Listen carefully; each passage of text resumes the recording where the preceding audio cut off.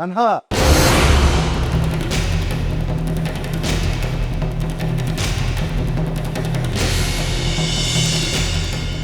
কই যাস?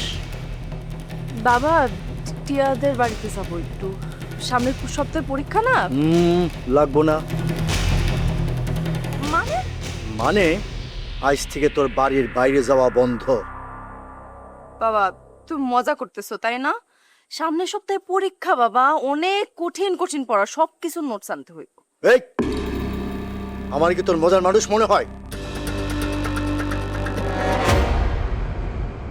বাবা, আমি শুধু নোট আনতে যাবো, 8 ঘন্টা লাগবে মাত্র।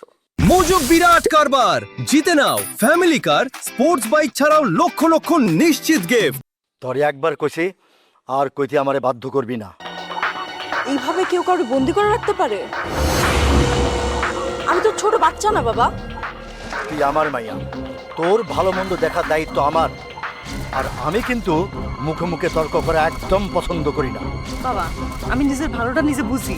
না, ইদানিং তুই নিজের ভালো মন্দ তুই নিজে বুঝছাছস না। বাবা, আমি এত কিছু বুঝতেছি না, আমি যাব। কি? ফোনটা দে। কেন? ফোনটা দিবি, দিতে কইছি আমি। বাবা, এটা আমার ফোন। আমি জানি, দে ফোন।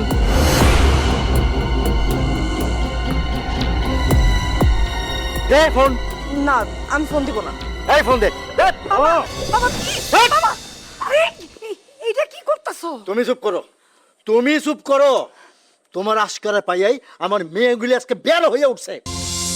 তাই বলে মাইয়ার হাত থেকে ফোন নিয়ে যাইবা? এটা কি ভালো দেখায়? আমি যা ভালো মনে করছি তাই করছি। বাবা, তোমার সমস্যাটা কি আমার একটু বলবা? তুমি কি আমার একটু বিশ্বাস করো না? বিশ্বাস ভাঙতে সময় লাগে না। ঠিক আছে, রাখো আটকায়া, কতদিন আটকায় রাখবা? কিন্তু একটা কথা মনে রাখো, যতই আমার আটকায় রাখো, আমার মন আটকাইতে পারবা না তোমরা।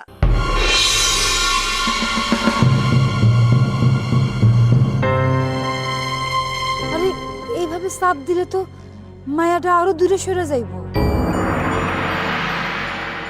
অগ আদর কইরা বুঝাইতে হইব।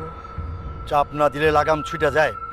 আর আজকের থেকে আমি কড়া করিয়া দেখুম, আর আমার উপর কোনো কথা চলবো না, এই কথাটা আমি কইয়া দিলাম।